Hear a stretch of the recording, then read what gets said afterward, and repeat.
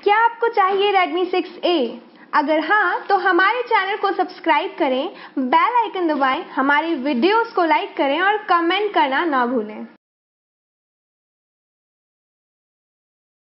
पद्म विभूषण अटल बिहारी वाजपेयी जी भारतीय राजनीति का एक ऐसा सितारा है जिसकी चमक कभी कम नहीं होगी।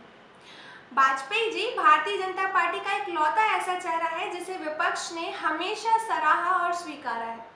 नमस्कार, आप देख रहे हैं newsviews360.com और मैं हूं वैशाली।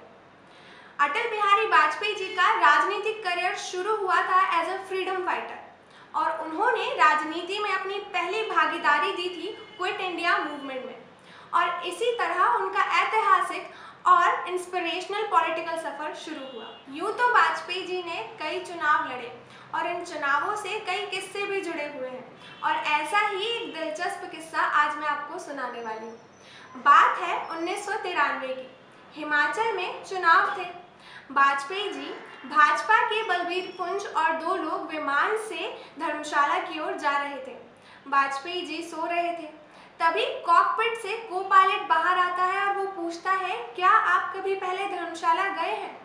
पुंज जी चिंता में आ गए। उन्होंने पूछा कि आप ऐसा क्यों पूछ रहे हैं? पायलट ने बताया कि धर्मशाला नहीं मिल रहा है और एटीसी से भी संपर्क नहीं बन पा रहा है। इतने में अटल जी की आंख खुल गई। उन्होंने कहा, सभा का वक्त हो रहा है, हम कब उतरेंगे? पुंज जी ने उन्हें सारा मामला बता दिया। अटल जी कहते हैं, ये तो बहुत बढ़िया बात हुई, अखबार में खबर छपेगी, वाजपेयी डेड। पुंज जी ने कहा, आपका तो ठीक है, पर मेरा क्या होगा?